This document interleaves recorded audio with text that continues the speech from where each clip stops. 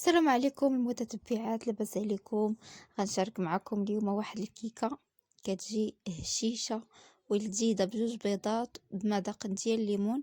خليكم مع الطريقه. في واحد الاناء كنضيف جوج بيضات يكون بحرارة المطبخ مع كاس الا ربع ديال السكر سنيده مع قبيصه ديال الملحه وساشيه ديال الفاني. كنطرب هاد المكونات مزيان بالفوي حتى كيندمجوا، ومن بعد غادي نضيف نص كاس ديال الزيت.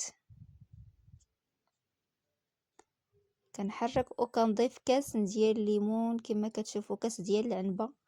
حاكه فيه القشور ديال الليمون نيت او البرتقال، ماشي الليمون، البرتقال. صافي دابا غنبدا نضيف الدقيق ضفت 2 كيسان ونص، انا ديجا غربلتهم.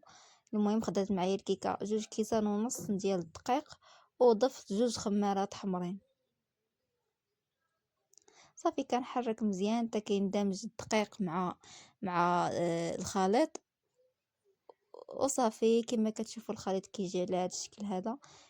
كيكون ما تتكونش ثقيله، هانتوما غتشوفوا في الفيديو. بالنسبه للمول راه ديجا دهنته بالخليط ديال الزيت والدقيق. كما كتشوفوا معايا القوام ديال الكيك كي تيكون. ما تقصحوش تاني القوام باش ما تجيكمش مدقسه، خاصها تكون على هذا الشكل هذا كما كتلاحظوا. صافي غادي نخويه الخليط ديالي في المول، وغادي ندخلها للفران يكون بارد. ديما الا بينا نصاوبوا الكيكه خاص الفران يكون بارد، ما ندخلوهاش الفران سخون. درجه حراره 170. 45 دقيقه هي طابت. صافي غندخلها الفران حتى كطيب ليا. دابا ها هي طابت الكيكه كما كتشوفوا، كتجي محمره وكتعطي الريحه ديالها ديال البرتقال. خطيره الريحه ديالها ديال المذاق ديال البرتقال.